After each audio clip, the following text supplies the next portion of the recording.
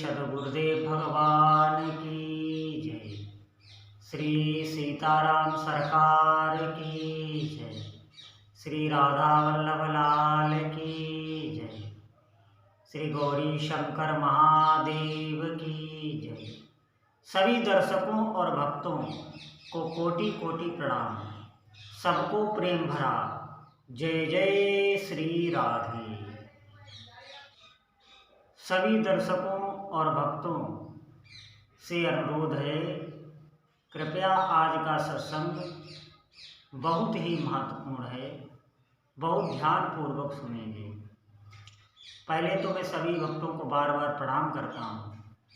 जो भी भजन कर रहे हैं या जो भी सत्संग सुन रहे हैं, जिनकी रुचि बढ़ रही है, जिनको ऐसा लग रहा है कि हाँ हमें भी भजन करना चाहिए, हमें भी अच्छे कर्मों में प्रवृत्त होना है, हमें इष्ट देव के चरणों में प्रेम की प्राप्ति करनी है, ऐसा सोच रहे हैं, अभी कर नहीं रहे, बार बार उनको प्रणाम है, क्योंकि ये बात सबके मन में नहीं आती है। आप ध्यान रखना, ये बातें अगर आपके मन में आ रही, ऐसा संकल्प भी हो रहा, तो भगवान शिव की महान कृपा आप पर हो चुकी है।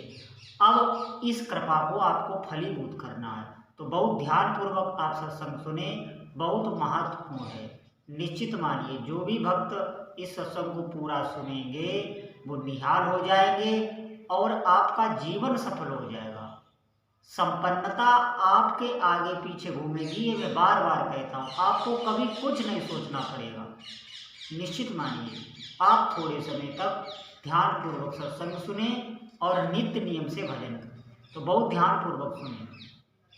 देखिए, भगवान के मार्ग में चलने की, भक्ति करने की, साधना करने की जो ये इतनी महिमा कही जाती है, ये कोई बढ़ा चढ़ा के नहीं कि कही गई है। आप ध्यान रखना, जो भी महिमा आपको बताई जा रही है, ये कोई कपोल कल्पना नहीं है, ये बहुत कम करके बताई जा रही है। आप ध्यान रखना, बहुत कम करके। क्यों?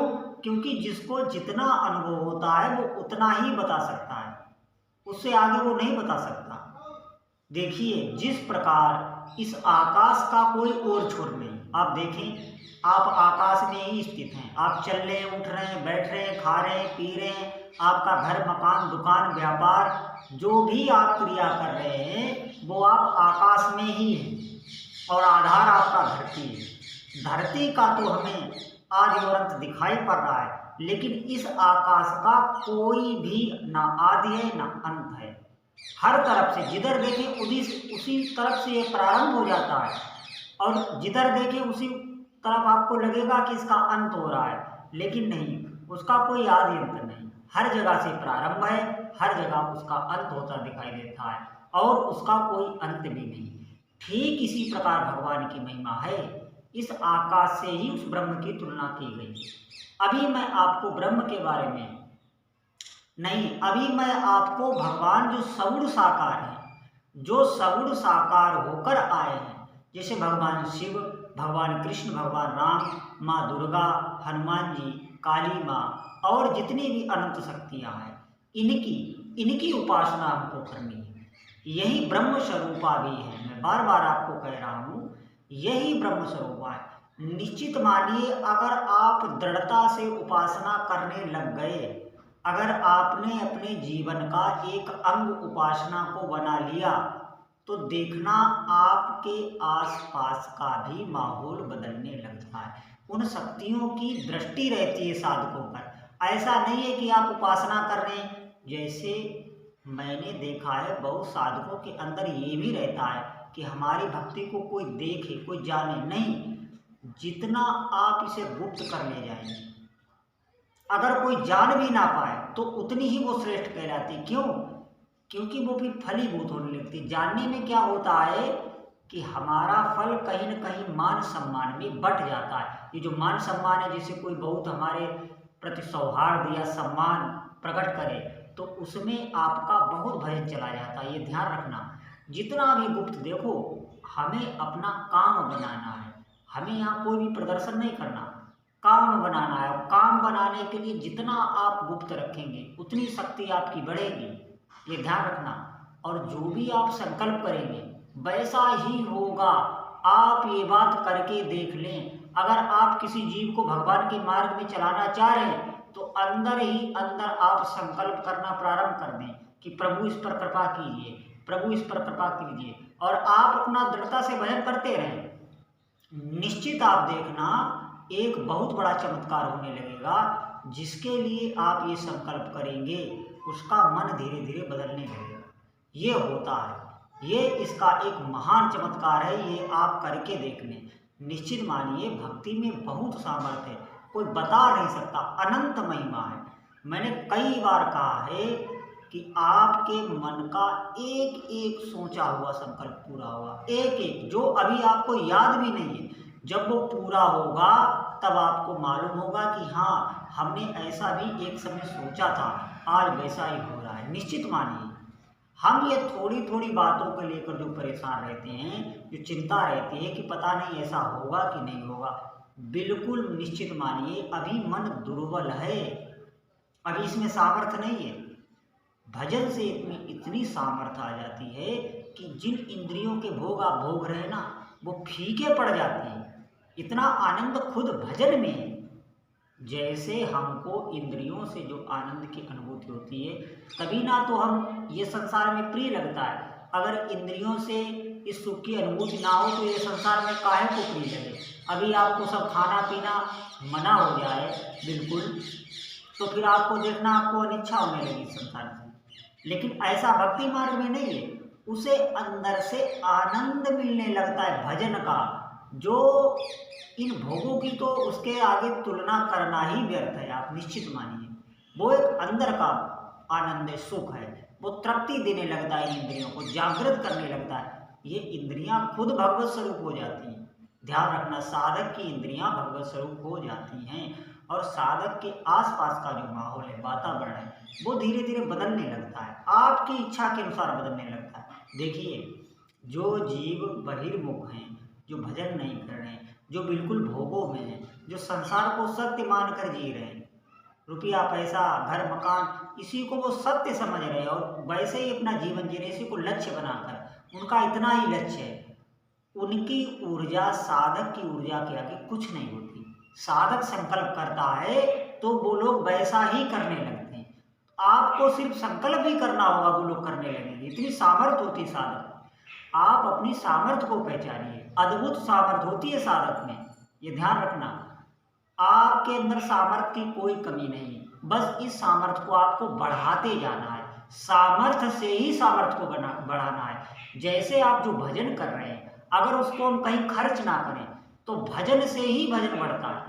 जो भजन की ऊर्जा है वो फिर आपकी भजन बढ़ाने की क्षमता बढ़ जाएगी। मतलब अभी जैसे आप मान लिए 10 माला कर रहे हैं, तो 10 माला की ऊर्जा अगर आप खर्च ना करें तो वही 10 माला की ऊर्जा आपकी 20 माला में बदल देगी। और भजन में रुचि जो आने लगती है, भजन में जो सुख मिलने लगता है, वो भजन की ऊर्जा को खर्च ना करना ही है। अब आप पूछेंगे कि भजन की ऊर्जा खर्च कहाँ होती है, तो भजन की ऊर्जा भोगों में खर्च होती है। जैसे जैसे आप भजन करेंगे, सब दुनिया की जितनी चमक दमक, जितना भी धन वैभव है, वो आपके आगे आने लगेगा। अगर आप वहाँ पर थोड़ा चिंतनशील रहे, विवेकपूर्ण रहे, आप उन भोगों में भटके नहीं, आपने भजन को त्यागा नहीं, तो फिर आपकी भजन में रुचि आने लगेगी। साधक ध्यान रखना, एक सावधानी में बता दे रहा हूँ, आप थोड़े दिन साधना करें, देखना आपके आगे माया ऐसी ऐसी वस्तुएं फेंकेगी कि आप भ्रमित हो जाए, आप भजन छोड़ दें, जो चाहो वो ले लो। ऐसा ही होता है। आप धैर्यपूर्वक बस करिए, भगवान के नाम को करिए, जो भी आपके इष्ट देव हैं उनका नाम आप करिए, निरंतर करिए। और मन लगे या न लगे, मन पे मत जाइए बिल्कुल। कोई कुछ भी कहे, ऐसे लोगों का संग भी नहीं करना जो आपको ये बताते हो कि ये नहीं, ये भजन, ये सब ड्रामा है, ये साधु संत सब ऐसे नहीं भाई, बिल्कुल नहीं। अपने देश में संतों का कभी अकाल नहीं होता। हाँ, मैं ये जरूर कह रहा हूँ, यहाँ बनावटी भी होते हैं लेकिन सच्चे साधक भी होते हैं। ये अपनी भारत भूमि है, ये तपोभूमि है, पूरी भूमि तपोभूमि है। यहाँ जगह जगह आपको ऐसे सिद्ध साधक मिल जाएंगे। निश्चित आप विश्वास पूर्वक चलें। हमारे धार्मिक ग्रंथ जो भी हैं वो बहुत ही पवित्र हैं, बहुत पवित्र है। उनकी एक एक वाणी, एक एक अक्षर पवित्र है। कोई उस पर चल के तो देखे। चलने के लिए भी सामर्थ होती है। जैसे मैं आपको जो भी बातें बता रहा हूँ, इन पे चलने के लिए भी सामर्थ होती है। और वो सामर्थ आएगी इष्ट देव से प्रार्थना करने से। आप नहीं चल पा रहे, आप भगवान से, अपने इष्ट देव से प्रार्थना करिए। देखिए, अगर आप उनकी साधना करने के लिए, भक्ति बढ़ाने के लिए उनसे प्रार्थना करते हैं, तो ये प्रार्थनाएं बहुत जल्दी भगवान सुनते हैं। ध्यान रखना, कभी आप करके देख लेना। देखिए, हमें भक्ति बढ़ाने वाली ही प्रार्थनाएं करनी चाहिए। जब आपकी भक्ति बढ़ेगी तो निश्चित ही सामर्थ्य बढ़ेगी। ऐश्वर्य वैभव तो बढ़ता ही है, स्वतः बढ़ता है। धन लक्ष्मी की सोचनी भी नहीं पड़ेगी। जब भागवत ऊर्जा आपके पास, भागवतिक ऊर्जा आपके पास होगी, तो ये लौकिक संपत्तियां ये मारे मारी फिरती हैं। ध्यान रखना, निश्चित मानिए, सिद्धि में सब कुछ आ जाता है। अष्ट सिद्धि, 9 प्रकार की लक्ष्मी और जितनी भी सिद्धियां हैं, सब कुछ आ जाता है। आप बस धैर्य से भजन करिए। भजन में बहुत सामर्थ्य है। भजन में आप लगे रहिए, इसको छोड़े ना। इसलिए बार बार मैं कहता हूँ, कभी भी आप कभी भी निराशा ना करें, कभी भी मन में निराशा ना आने दें। निराशा ही आपको भजन से हटा देगी। तो आपको ऐसा ही संग करना है, ऐसी वाणी सुनना है जिससे आपका भजन बढ़े। क्योंकि सुख का मूल भजन ही है। वो हर आपको वो चीज़ दे देगा जिसकी आपको ज़रूरत है। निश्चित मानिए, आपको कुछ भी करना नहीं पड़ेगा, वो हर आपको वो चीज़ दे देगा जिसकी आपको ज़रूरत है। तो सभी भक्तों से निवेदन है, भजन में लगिए। बोलो जय जय श्री सीताराम।